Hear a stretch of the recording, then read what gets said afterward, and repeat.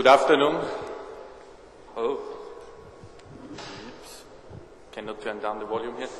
Welcome to this session that is entitled Southeastern Europe, SEEREN, and actually the top subtitle is that this session will present the striking operational results of the Southeastern European Research and Education Network, SEEREN.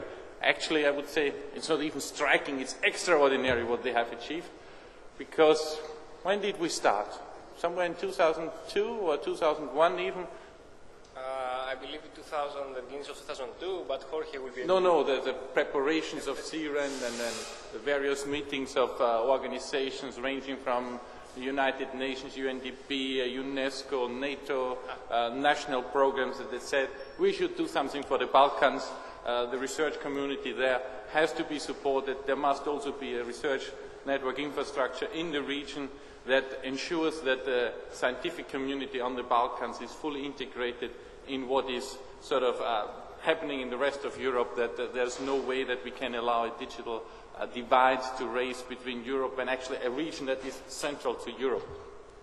So we came up with the idea of having a proposal that finally was called SEEREN, and I was happy to negotiate it and finally see it funded and through. And Kostas Kotsokali will now present in the first of these three presentations the implementations aspect, and actually all these three presentations will address the technical aspects, and tomorrow is another session on the Balkans and research networking in the region that will address more the future aspect and the impact. But just to preempt a little bit what Kostas will say, the SEEREN project, the infrastructure in the Balkans, actually the SEEREN network, was launched in early January this year, and well, it was a privilege for me to be there as well.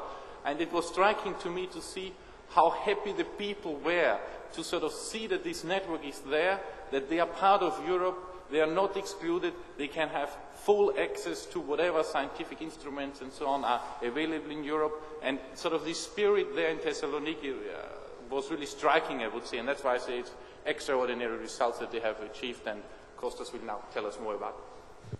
So thank you very much, Bernhard. So I am Kostas Kotsokalis, I'm working for GRNet, and as Bernhard just said, I'm going to present to you the SEEREN network, technical aspects about it, some information about the topology of the network, and the acceptance tests that took place before the network starts its operation. So, SEEREN is this network that interconnects the NRNs of the Southeastern Europe. It has been built in 2003 and operates through 2004. The end of the project is officially the 31st of December of 2004. The program is funded by the European Commission. Bernhard is the project officer. Thank you very much, Bernhard, for all the great work you have done. And it's funded under the IST program. So the consortium includes the NRNs of Greece, GRNet, that is the project coordinator, the NRN of Hungary, of Romania, of Albania, of Bosnia and Herzegovina, of Bulgaria, ISTF, formerly named ISTTA, the NRN of the FEAR of Macedonia, of Serbia and Montenegro, and of course it includes Dante and Terena. So the objective of the project was to ease the digital divide in the area. As most of you will probably know, the Southeastern Europe, most of its countries have undergone a series of tensions during the last years that prohibited them from joining the digital era in the rest of Europe. They hadn't connected to ZEAN, the Pan-European Research and Education Network. So SEEREN is practically connecting these countries to ZEAN. We wanted to create an infrastructure for e-science applications. There is already a new project. It began in the 1st of May. It's called SeaGrid, and it's trying to create this infrastructure, a grid infrastructure in the Southeastern Europe. to disseminate know-how and expertise with regard to grid infrastructures and e-science. And of course, in the end, support the overall advance of technical know-how in the Southeastern Europe. So in SEEREN, there are 5 beneficiaries. These are INIMA, MARNET, BHARNET, AMRI, and ISTF, as you can see in the slide. The SEEREN capacities, the capacities of the links vary between 2 megabits per second and 34 megabits per second. You can see the exact capacities on the slide. Maybe I should note that for the Bulgarian AREN, the capacity is not the same throughout the project. It started with 18 megabps and will be up to 34 megabps in the end of the year, so that there is, throughout the project, a median of 24 megabps. The link with ROEDUNET, who is not a beneficiary of the project, is working as a backup link, and it's 34 megabps.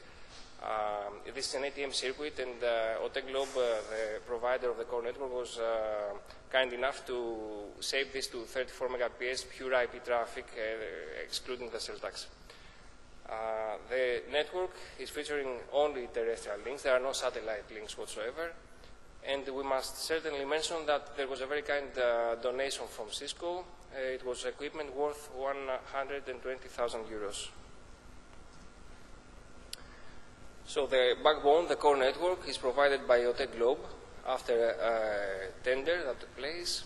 And it is based on OTEGlobe's multi-services platform, that is an MPLS-based network with 22 points of presence worldwide. In this slide, you can see the topology of the network. As we will say later on, the MSP, the OTEGlobe core network, is transparent to SEEREN, to us,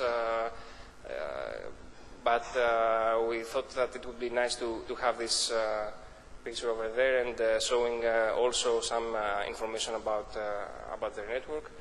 And as you can see, there are 6 provider edge routers, one for every NRN, except for the one of Bosnia and Herzegovina, that's BHARNET. The other NRNs are connecting onto these provider edge routers, and BHARNET is connecting on routers of AMRI, the NRN of Serbia and Montenegro. There is also the backup link depicted there, and the Romanian link to Hungary that connects them to ZEANT, and of course the 2 links of GRNet towards ZEANT. A few words about the logical topology of the network. There are 2 VPNs defined by the provider.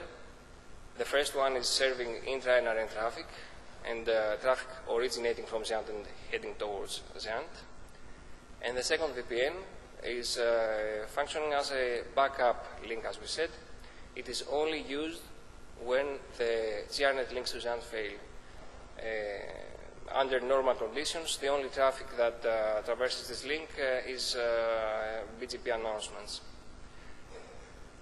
Any external BGP sessions have been established between all the connected parties.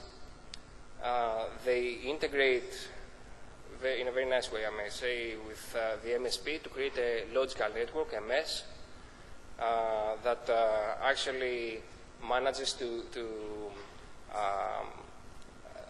have logical links established between all the NRNs in a very beautiful and elegant way. So the MSP functions as a black box. The globe may add or remove links within their network, and as long as there is no outage, we'll be completely happy with it, and it's completely natural. What I said for the previous slide is depicted in this slide. The logical network we just talked about, the BGP sessions between the different NRNs and the OTEGlobe MSP, the MPLS cloud. Now, about the architecture of the project, of the network, We use the technique called carrier supporting carrier, or CSC for short. CSC is a way for service providers to allocate virtual private networks for other service providers, for subcarriers. The subcarriers' customer traffic is encapsulated in MPLS packets, MPLS labels, so some of the management complexity is eliminated. Basically, what is taking place with CSC is that the label switch paths are extended to the customer edge routers, to the subcarriers. The labels are exchanged not only between the provider edge routers and between all the active equipment in the OTEC Globe core network, but also between the provider edge routers and the customer edge. Not only the standard label distribution protocol has been used, but also label-enabled BGP that took place in Athens.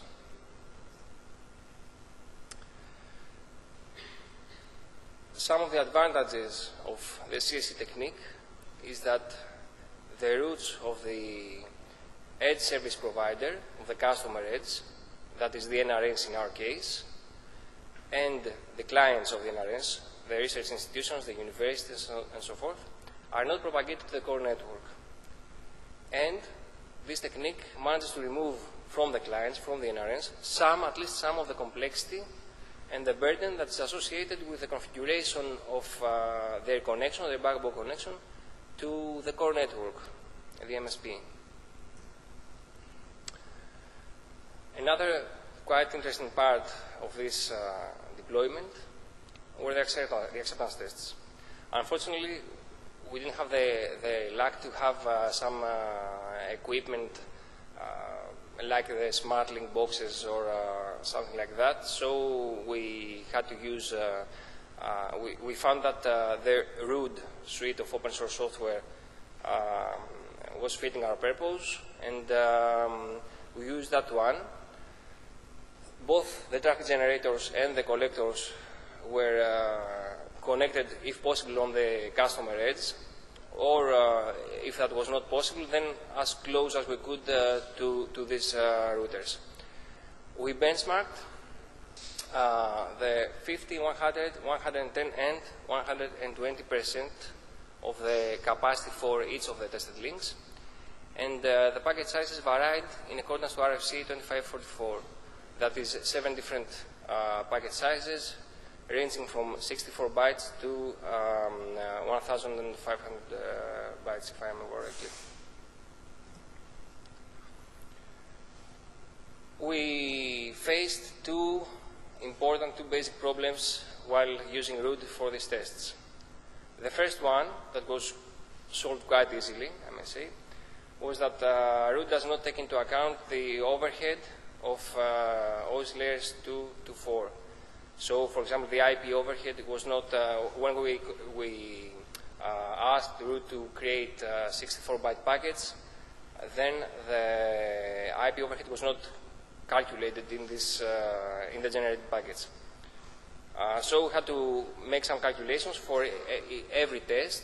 Remember that these were 6 links that were being tested for 4 different percentages of the capacity and 7 different packet sizes for each different percentage of the capacity. So it was a large number of configurations. We created a small script that actually did this daunting task. The second problem, which was more difficult, was that we found out at the end of the tests that RUD performs rounding. This happened, this discovery took place after cross-checking the logs of the generator, the traffic generator, and the traffic collector in many cases. And this explains, first of all, the minor packet loss that we were trying to explain near full capacity, as well as some strange results. These results, the problem with these results was that the collector was actually receiving somewhat more traffic, more packets than the generator was instructed to create. For example, just very few cases, As you can see, in this case, root was instructed to produce this theoretical throughput, counting megabps over here, and sorry, this one, this and this. But what the collector actually received was this and this. So the real to expected ratio was 102%. Okay, and the same in the other cases. This one that you can see here is a small denial of service attack. Okay, basically, because it was full capacity, 64-byte packets, which is pretty close to the signature of certain denial of service attacks, and UDP packets. And these are two diagrams from the deliverable that was produced after running the acceptance tests.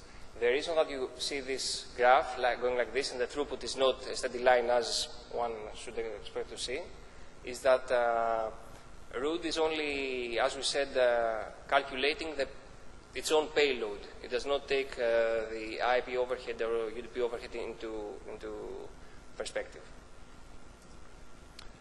So now SEEREN is in production stage very happily. It is performing quite well, I may say. We are receiving SLA reports from the provider every month, at the end of every month. And for the last 3 months, the overall availability was 100%. Very, very small outages in the scale of 1 minute or so are so rare that even with 2 decimal digits, there was no difference. We are very glad to see that the CSC technique, the carrier supporting carrier technique, is not hindered in any way by the different architectures that support this network. We have Cisco 7500s, we have GSRs, we have even a Catalyst 6500 switch with an MFC2 card, and a lot of other configurations, and they seem to happily work together without any problems. And in my opinion, one of the great achievements of this project was that we managed to have a great collaboration with all the APMs, not only while building the network actually, but in its production stage. There is a schema that has been defined to manage the network, but Octavian will present the schema right after me, so stay tuned for his presentation.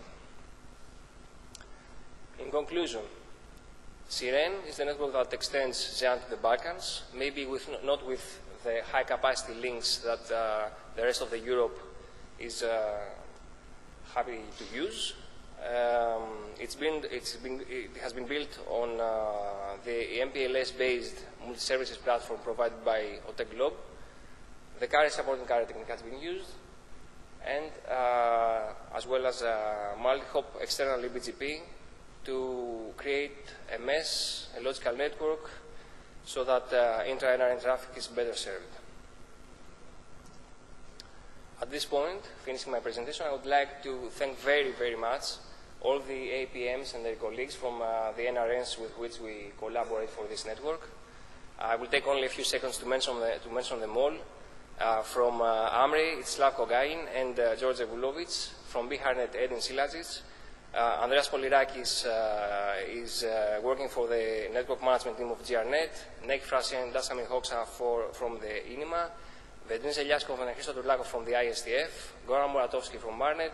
Octavian Rusu, George Bulescu, and Christian Orban from RadioNet. I would also like to deeply thank Kostas Anaglopoulos, the engineer from OTEGlobe that helped us build the network. His help was great, really. And also Panagiotis Bosdogianni, who is a long-time researcher working for OTEGlobe. So, thank you very much for your attention. If you have any questions.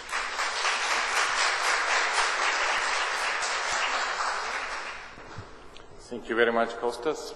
Are there any questions from the floor that you would like to know how to set up these kind of networks, test them?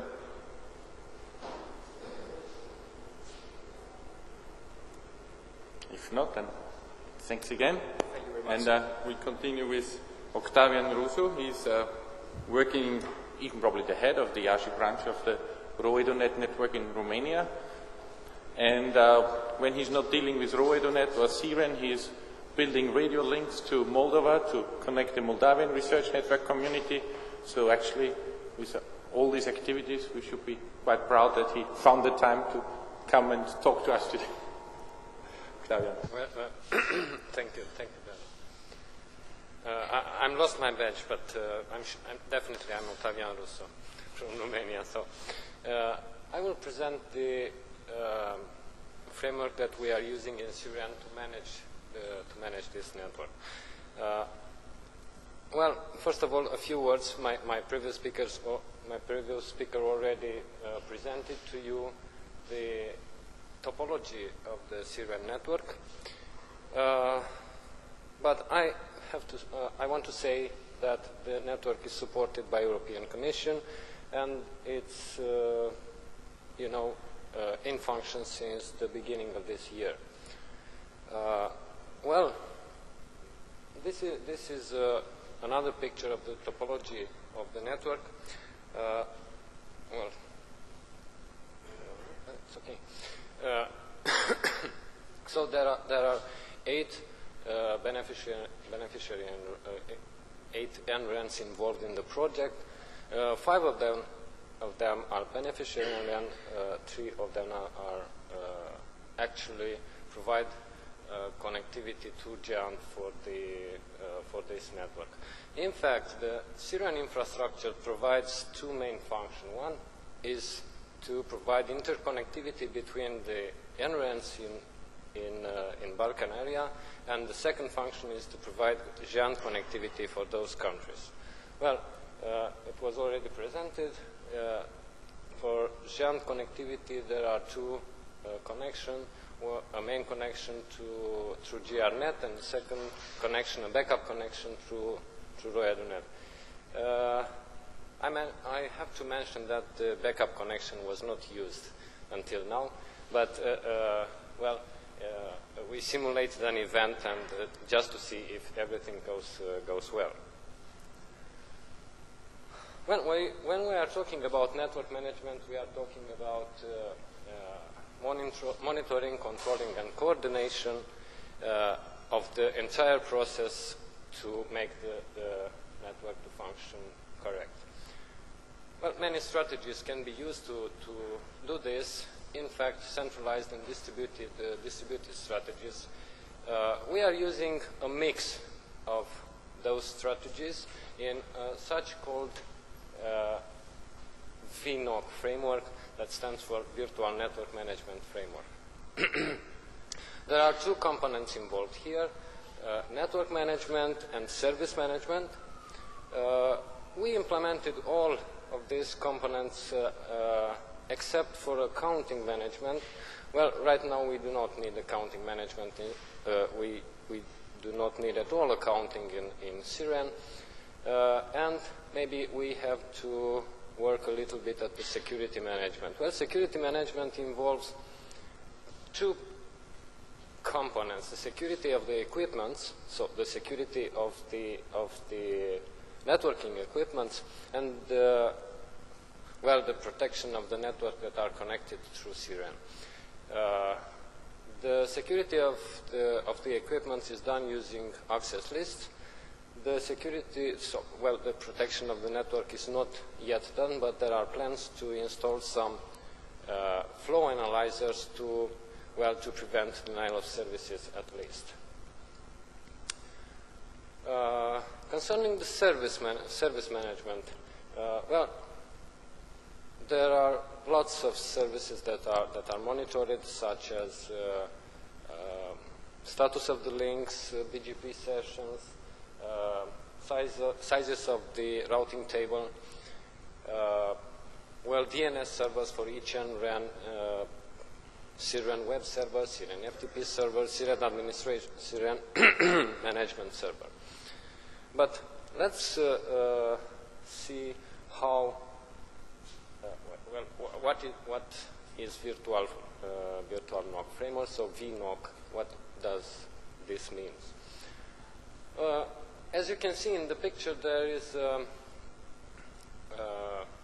framework which is built around a network management entity, which is a small group of technical people that are responsible for the operation of the network and also are responsible to operate the help desk.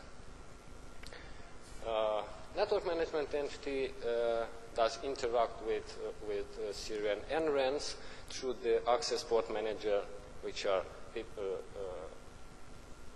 I know persons that are responsible for the relations between the NRENs and SEEREN.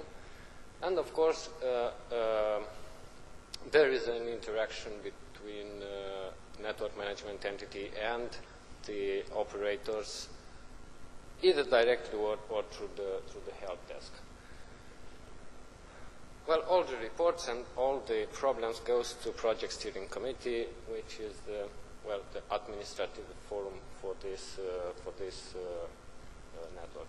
Well, in fact, project steering committee does not fit well in this framework, but it is necessary to have somebody to report to.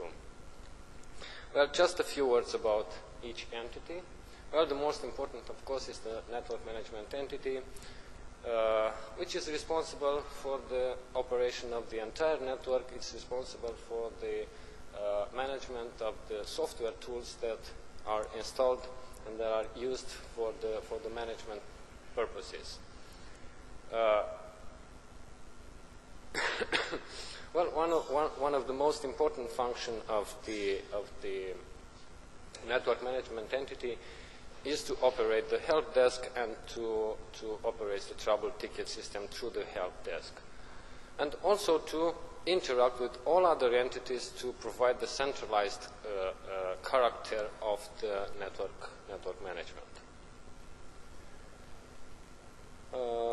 Well, another entity is the service implementer entities. These entities are small groups of specialists that are distributed in the service dimension. These are appointed by network management entity or by the project steering committee to study and to propose solution to implement, well, new services. In fact, we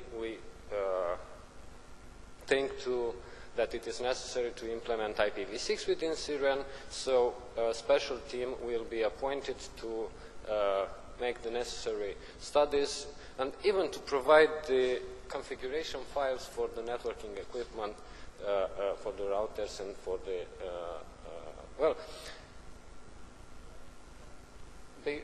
because of the security reasons, well, service implementer entities does not have access to actually does not have access to the networking equipment, so the job should be done by APMs. But the service implementer entities should stay close to the APMs, close to the network management entity until the service is operational. Maybe again one of the most important people in this framework for the network management are access port managers. Access port managers are names, one for each NREN, and are responsible for the entire relations between SEEREN and their NRENs. They should do all the job. In fact, right now in SEEREN, the network management entities is composed. All APMs are part of the network management entities. I would like to say that the relation between SEEREN and the users of the institution connected to an NREN is done only through the APMs. So there is no direct connection between SEEREN management team and the users and the universities which are connected using this infrastructure. In fact, I summarize some of the advantages of this framework. Well, we managed to achieve a centralized view for the entire process of the management using distributed structure in geographical dimension if you want, and then service dimension using service implementary entities. This is an open framework, and well, you know, you can use, or this can lead to outsourcing. But most important is that there are clear responsibilities for each unit and precise split of functions even at the user level, and well, it allows us to use different software tools to implement this. Well, the second part of the presentation contains the software tools that we are using to actually manage the network. Well, this is a list of the software packages that we are using. Well, first of all, I want to say that from the beginning we think about using open source. Well, we not only because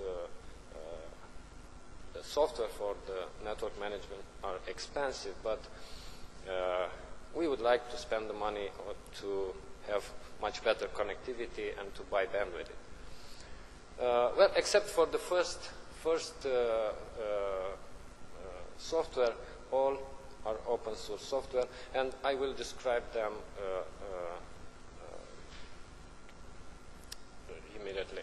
Well, all of this can be accessed. Well, not all part of the management software can be accessed, but all publicly available information can be accessed using the admin.seeren.org website. I'll start with NetIS. Network Information System is a software that is developed by the University of Belgrade. In fact, the entire system is hosted at the University of Belgrade. Well, I'm not quite familiar with the software, but I'm sure that my colleagues from Belgrade can offer much more details. Well, it is quite a complex software, and well, has many functions and many facilities. I will present only a few screenshots. Well, it's very important that all the information goes through to a database and can be summarized later and can be used for different purposes. Well, this is maybe one of the a picture with the significant impact. Well, it's called SEEREN from the sky, and in fact, it's a sensitive map of the area, and well, you can quickly access to see. You can quickly see the traffic statistics for each link in the SEEREN network. Well, another important feature is SEEREN monitors. Well, it is possible to monitor lots of parameters, but I choose to show here the statistics for delay or for packet loss. This is for delay. Well, for each link, as you can see, there are many parameters monitorized, such as router CPU load, the interfaces, the traffic on the interfaces, and so on and so on.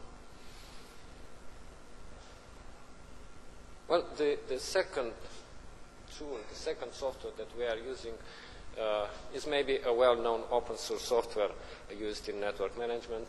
Also, there are many features available in this package. It's called Nagios. But I like only to mention that contact notification through the email. We are using this feature to automatically generate trouble ticket to manage the network. And also there is possibility to define event handlers also used to interact with the trouble ticket system. Well, another important feature is the possibility to define special plugins. In fact, we are planning to develop some plugins to monitoring some specific MPLX functions. Of course, there is authorization scheme used. This is another picture generated by Nagios. Well, yes, we should replace this sign with the real picture of the equipment that is installed at each NRN. Well, this is another screenshot, but I want to show you this because we are using, in fact, we are using this alert history to generate and to compare, if you want, the reports from the operator and with our reports to see if the network is online or is operational as operators say. Well, another tool, again well-known open source software, Looking Glass. Looking Glass is installed on SEEREN.admin.org, and well, it's accessible for anybody. But there are some facilities that are not public, and they are like configuration file viewer. Configuration file viewer is for authenticated user, and in fact can be used by service implementer entities to provide the modification to the configuration file and to work with the APMs to implement some services. Also it's used for debugging. Well, maybe the most important, the key component of the management framework of SEEREN is the trouble ticket system. We are using Request Tracker. I know it's a software that is produced and by a commercial company, but is produced as open source. In fact, we are using this software in Roya.net from, I don't know, a couple of years, and it's working quite great. It is true that it's a little bit tricky to install this software, but once installed, it works fine. Well, the most important thing here is that well, there is a web interface for the trouble ticket system, but you know that system administrator does not like very much the web interface. They are working with email, they are working in command line, and this software is able to, or has the facility to operate trouble ticket system directly through email or through the command line. Well, there are many other features, but they are common for trouble ticket system software. Well, this is a screenshot of the preference settings. It's not quite important, but this is a screenshot of a ticket operation.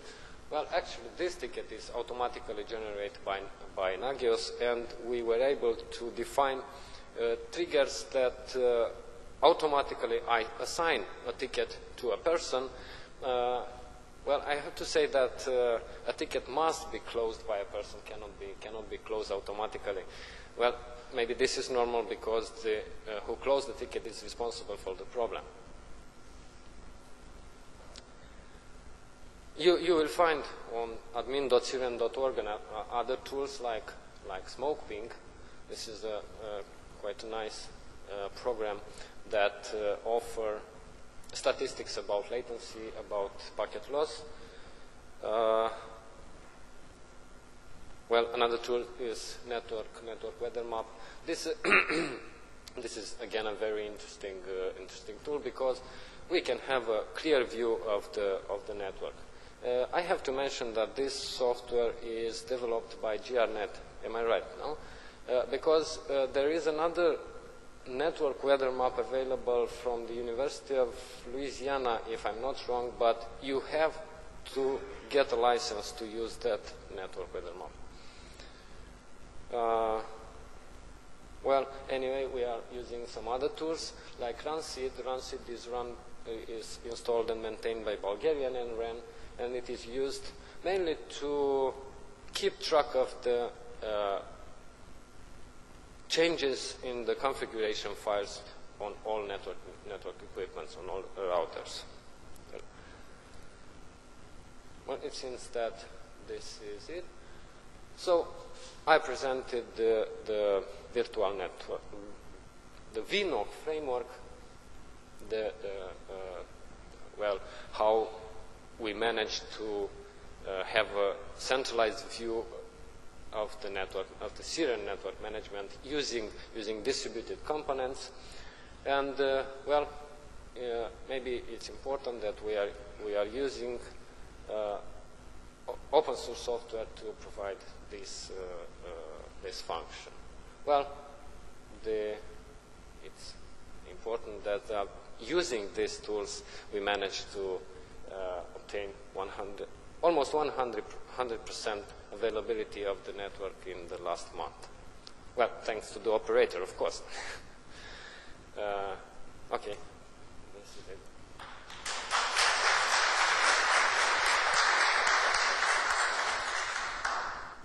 Thank you very much, Octavian. Are there any questions on the technical details on how to operate and run a virtual NOC? Yes, please, in the back.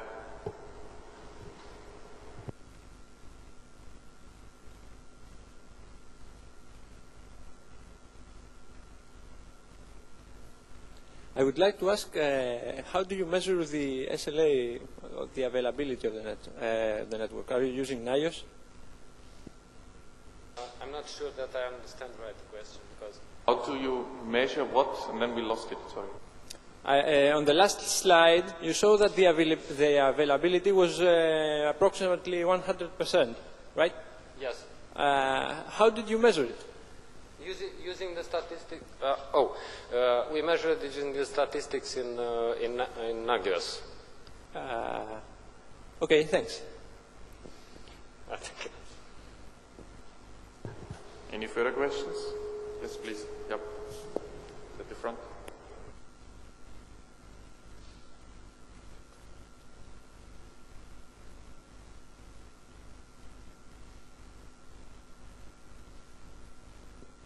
Well, first of all, my congratulations. Wish you a great job. But I'm very curious about how does the network behave? Have you, in 4 months, have you seen growth? And second question is, how many institutes are connected?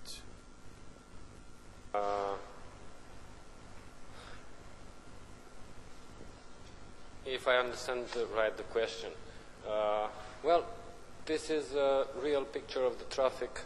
Well, the real traffic between NRENs. Well, you can see that we have some problems with, I don't know, with Skopje, the link is almost congested.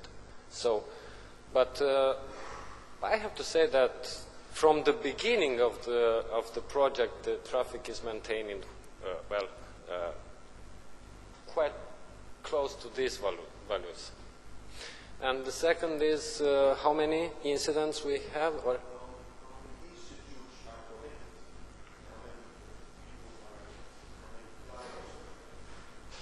well, it's difficult to say. Well, I don't have this information. Well, I said before that. Well, the interface between the clients, between the users and SEEREN is done through APMs, so we not directly interact with the institutions. But I'm sure that each APMs can say how many users they serve.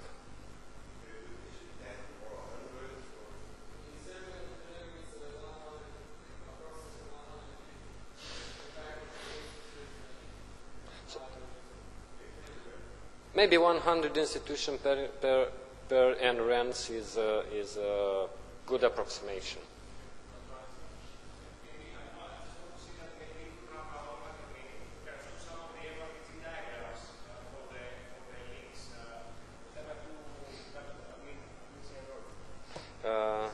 Okay. Well, I not want to preempt the next presentation, but there's quite a difference between these various national research networks. Some of them connect a few institutions, depending also on development of the national infrastructure. Others, like in Serbia, we will just see a fully fledged fiber infrastructure. Oops. Yeah.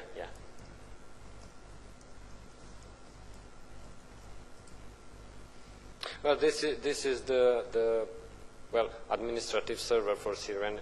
As you can see, there are links to all tools that we are using.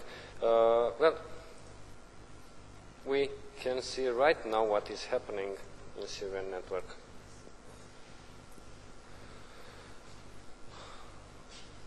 Well, this is this.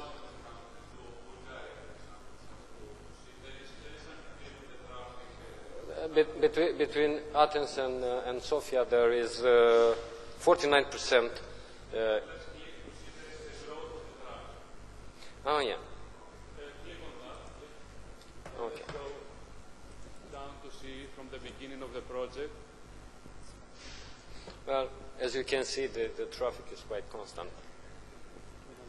Maybe Bulgaria is not a very good example because at some point the MRTG graphs were reinitiated, so maybe in Serbia and Montenegro that would be great.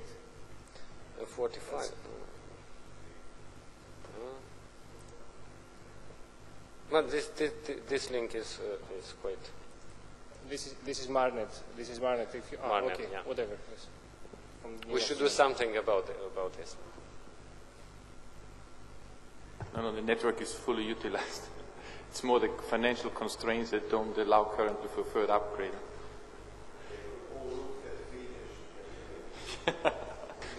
Well, not since January, so you see there quite some, well, even doubling every month or so, every 2 months. Are there any further questions people want to ask? If not, thank you very much again, Octavian, and also for the presentation of live statistics. We continue now with... Thank you very much.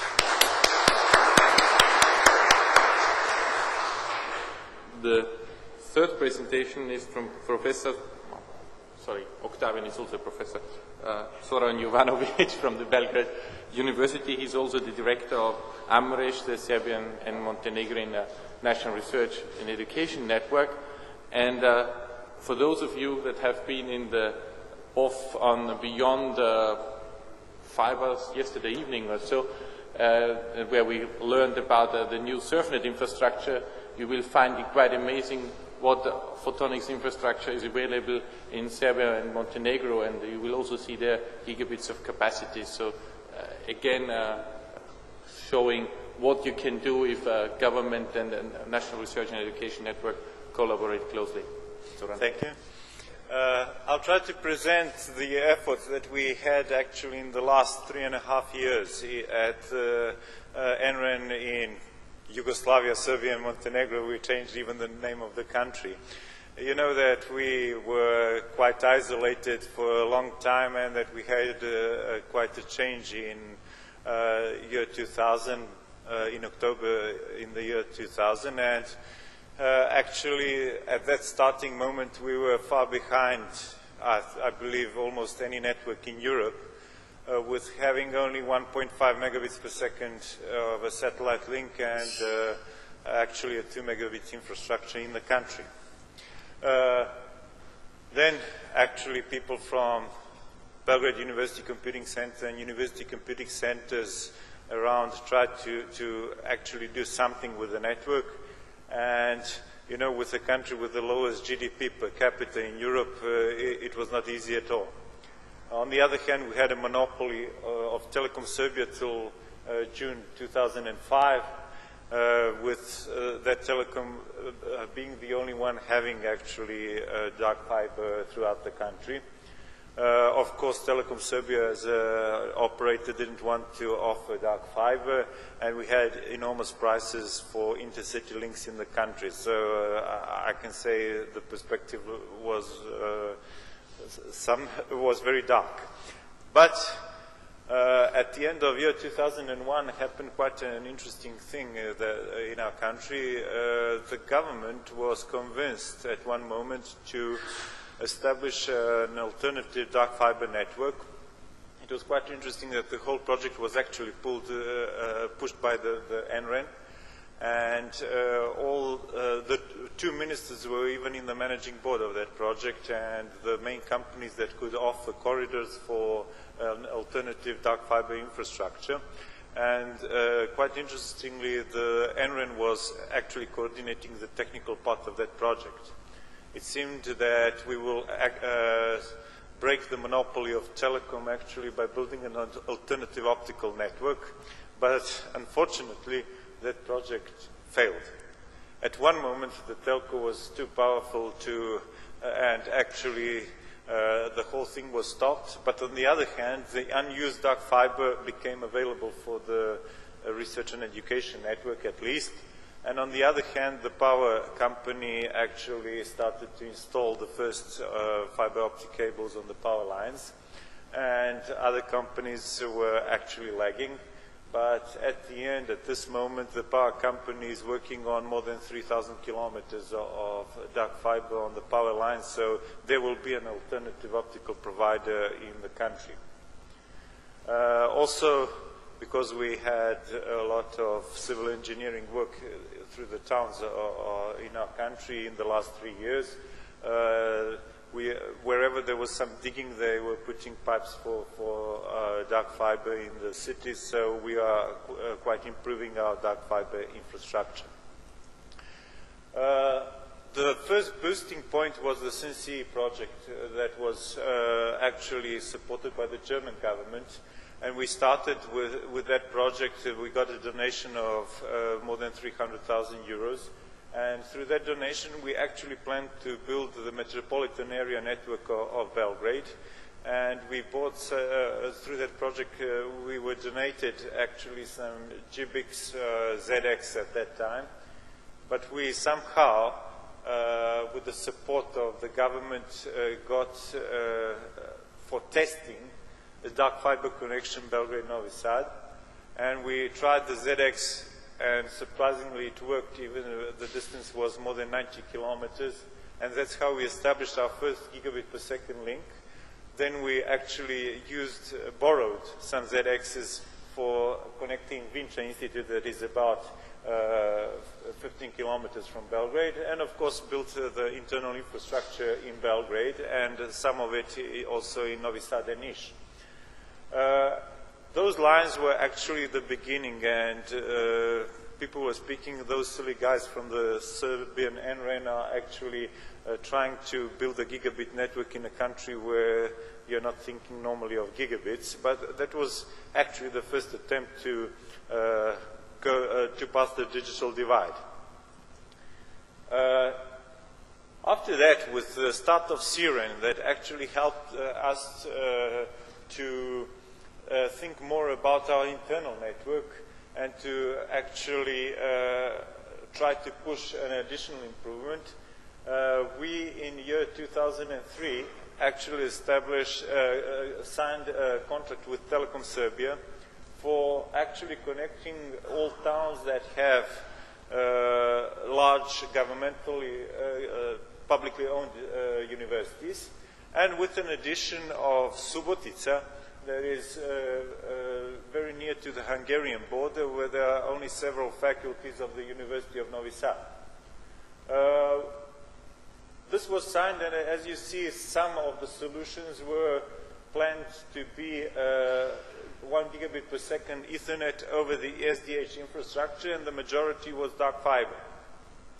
Not only that, Telecom actually signed also in that contract that they will establish 8 dark fiber, I can say dark fiber connected locations to the central node in Belgrade, and a smaller number of those locations in Novi Sad, Kragujevac and Niš.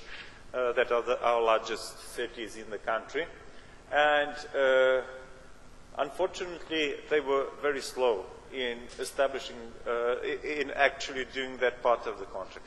But in the annex of the contract in year 2004, we actually added 14 towns, and the whole thing is going in phases. The first thing that we plan is, with the help of European Commission and the NRMPC, to establish an additional SEEREN link that will be funded by our government. And on the other hand, to establish, first of all, this ring through central Serbia, and with some additional links to a few additional towns. And then in the last phase, also there are additional. There are additional 3 locations in Belgrade that will be gigabit nodes. In phase 3, we will actually finish the whole thing with 19 towns in the gigabit network. Everything will be 1 gigabit Ethernet. In only a few cases, it will be 1 gigabit Ethernet over the SDH infrastructure. This is a signed contract, so and the crucial problem is that we need to bring dark fiber to research and education institutions in all these towns. So it is digging dark fiber, for putting the dark fiber in some cities, and you have various types of problems in those cases. But it is done by Telecom. This is Belgrade. We are covering the town with a large number of gigabit nodes. So that will be actually distribution nodes where other institutions will be connected, and the central node is Belgrade University Computing Center. At this moment, we don't have redundancy. As you see, this is sort of star topology, and we plan in the future to establish some sorts of dark fiber rings throughout the town to reach some fault tolerance, but so far the optical links were very reliable. The total fiber length in the contract is approximately 1,400 kilometers for intercity fibers and approximately 150 kilometers for intracity fiber. And with the help of the government, we got a price that is very near to the price in deregulated markets. And you know, the slow dark fiber service provisioning is one of the problems. You know, simply we can say that the telco operators that were for a long time working in a monopolistic environment cannot become fast enough for what we want. The quite interesting thing is that we are actually we have quite low amounts of money for this whole project, and maybe it's unusual that we are going directly to dark fiber, but we are trying to actually avoid expensive technologies, and we are using actually layer 2 and layer 3 switches and the low-end types that have 1 gigabit interfaces. But also we are establishing our wave division multiplex, I can say private wave division multiplex on that network, because the only thing that we are actually asking the telecom company is dark fiber and nothing else. All the equipment is in the premises of universities, research and education institutions. In July and August in year 2003, we actually made the first experiments with CWDM equipment. It was between Belgrade and Novi Sad. The distance is 95 kilometers, and we actually tested an idea of putting 4 1 gigabit channels as a 4 giga ether channel. And we were actually doing a little bit of testing on something that is our main link between 2 of our largest universities. But the outcome of this whole story is that, the link was very reliable, and that we actually didn't have any carrier transition during almost 2 months of testing. With such results, we were quite convinced that because there were no problems even at 1470 nanometers, that we can actually go up to 100 kilometers with CWDM. And by using that idea and by not having actually a true network in place, we had only 2 megabit links, we then planned the whole network, and the plan that you saw and those links that are being established actually are showing that we are going below 100 kilometers, and in each case we will have a research and education institution. We can put optical amplifiers, or we can do the optical, electrical, optical repeating, what is our mainstream at this moment.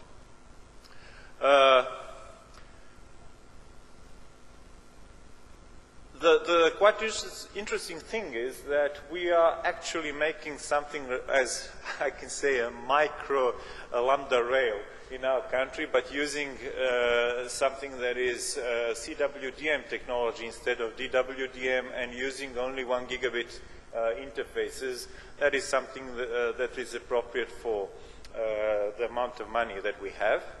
And on the other hand, with establishing these lambdas, we can actually do easily experiments on our network, and the first thing that we are going to do is to have actually an additional IPv6 network that will use the additional lambdas that actually are not on the production side.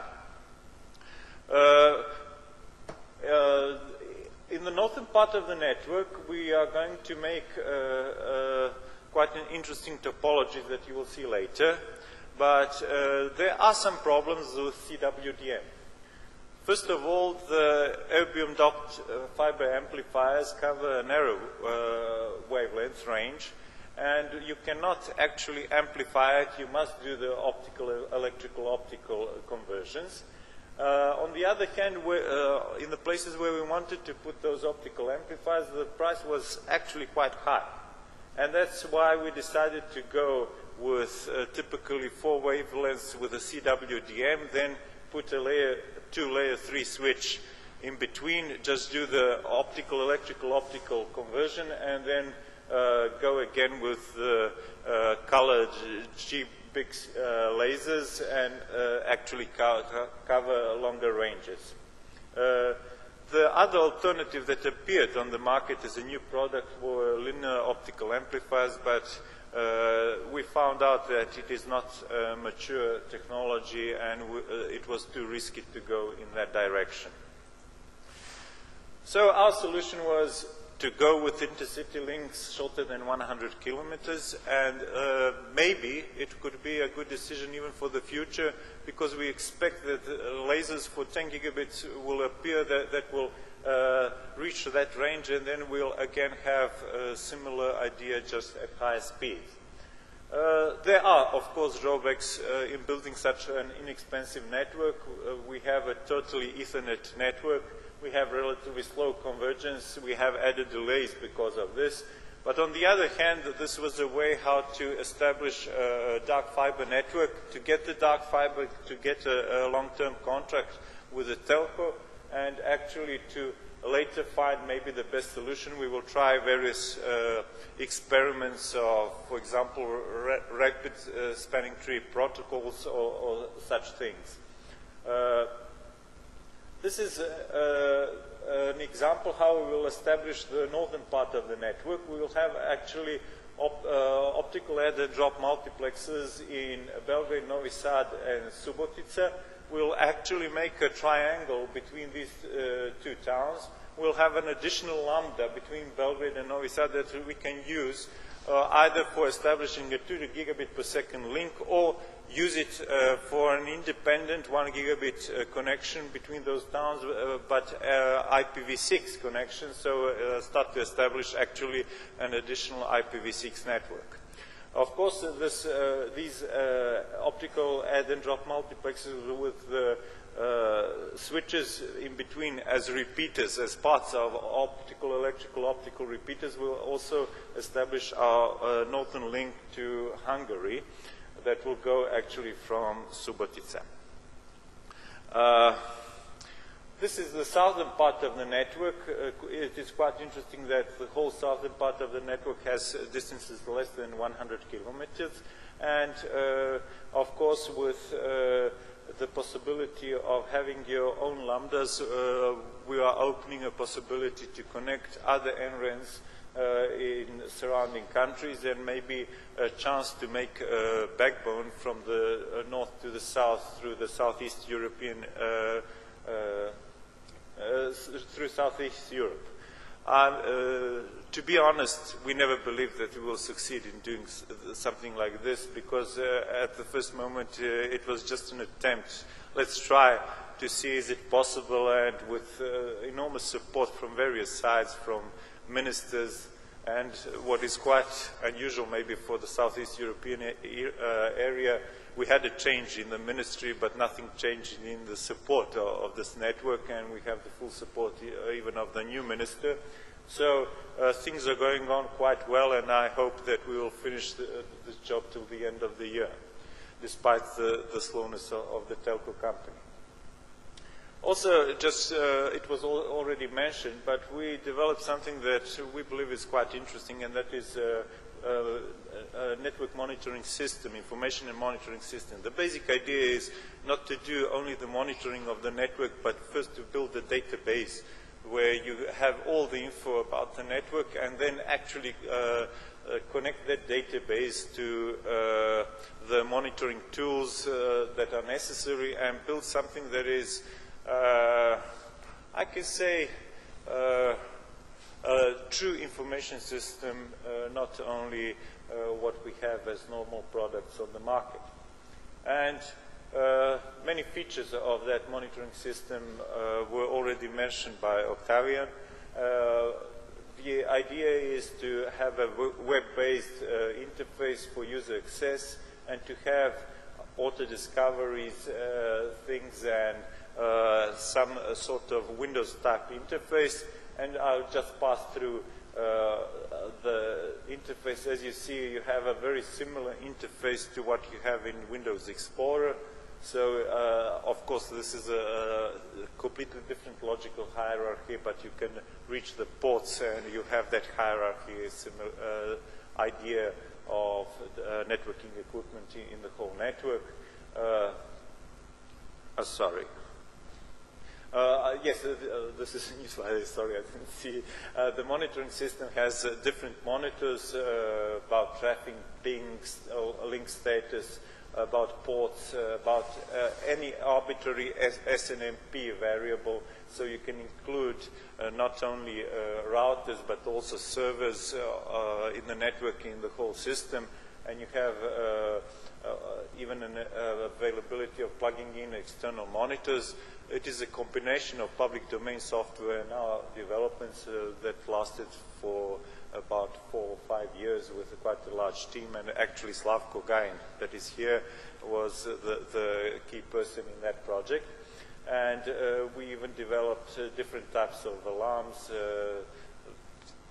something that is typical SMS messages, and if there is a link going up and down, you know, you have to pay quite a lot to the mobile operator. But anyway, the whole system proved to be a very useful tool in our network.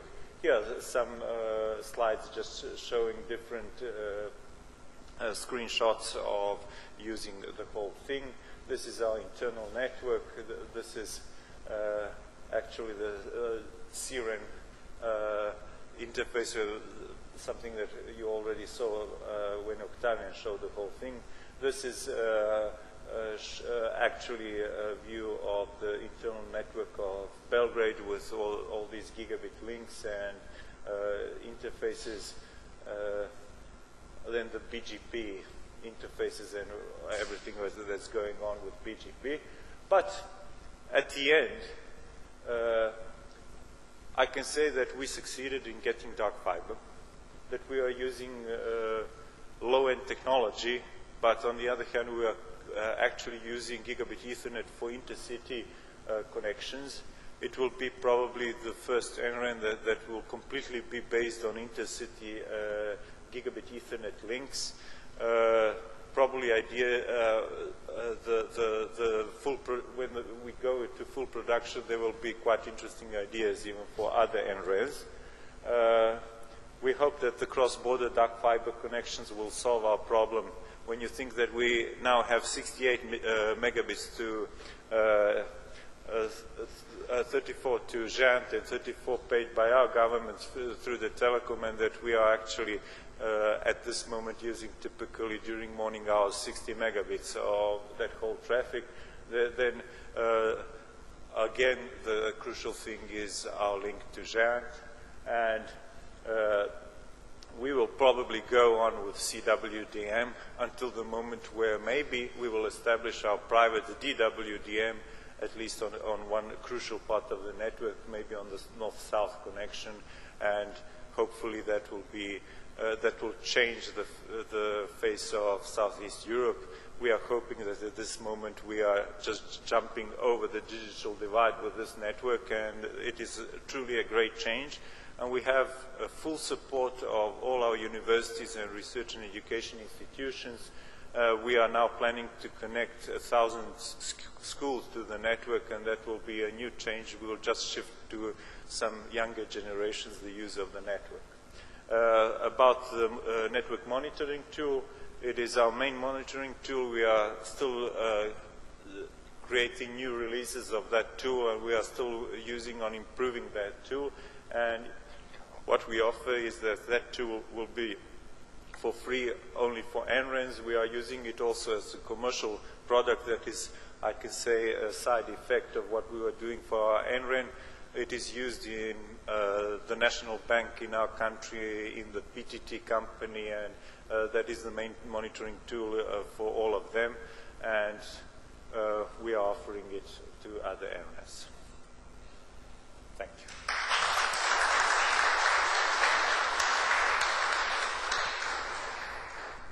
Thank you very much, Zoran. Are there any questions, more curiosities about how to deploy leading-edge infrastructures? Klaus.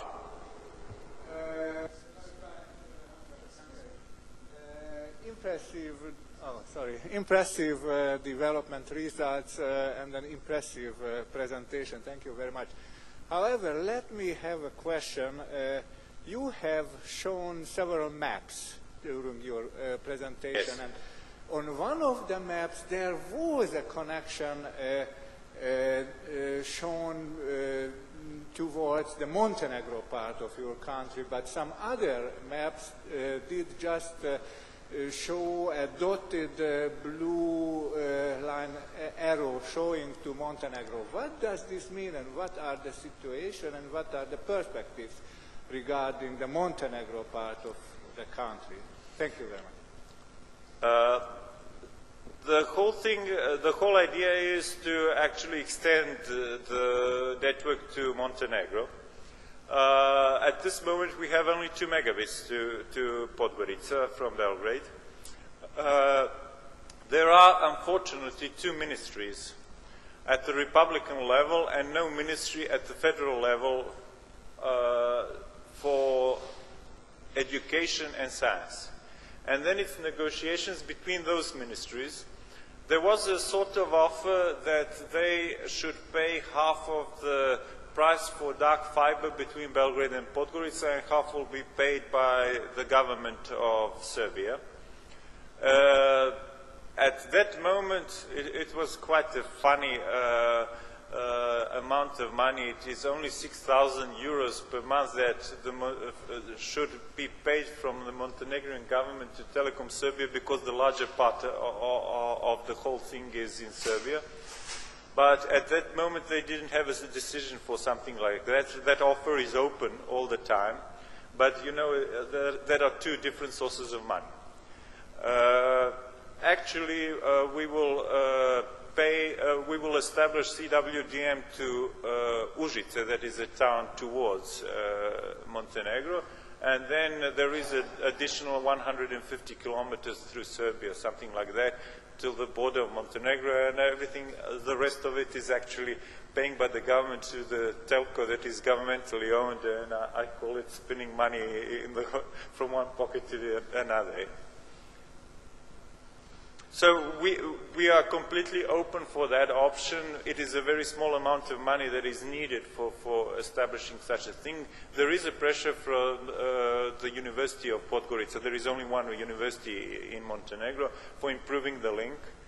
Their link of 2 megabits is overcrowded now, and they actually need an improvement. And we want to open that option, but it is not one ministry that is involved at this moment. There are 2 ministries, and then the whole thing goes slow. Are there any further questions, comments people want to make? If not, then this was truly some striking results that we have seen from the 3 presentations, and let me thank once more the 3 speakers for their reporting.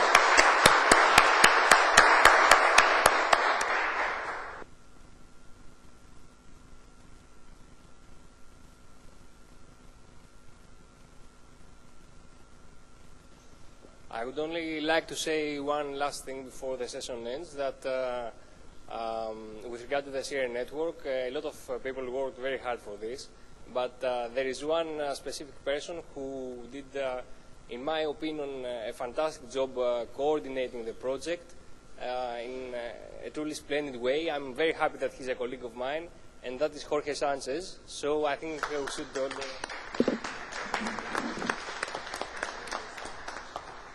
Thank you. I can only agree to that statement.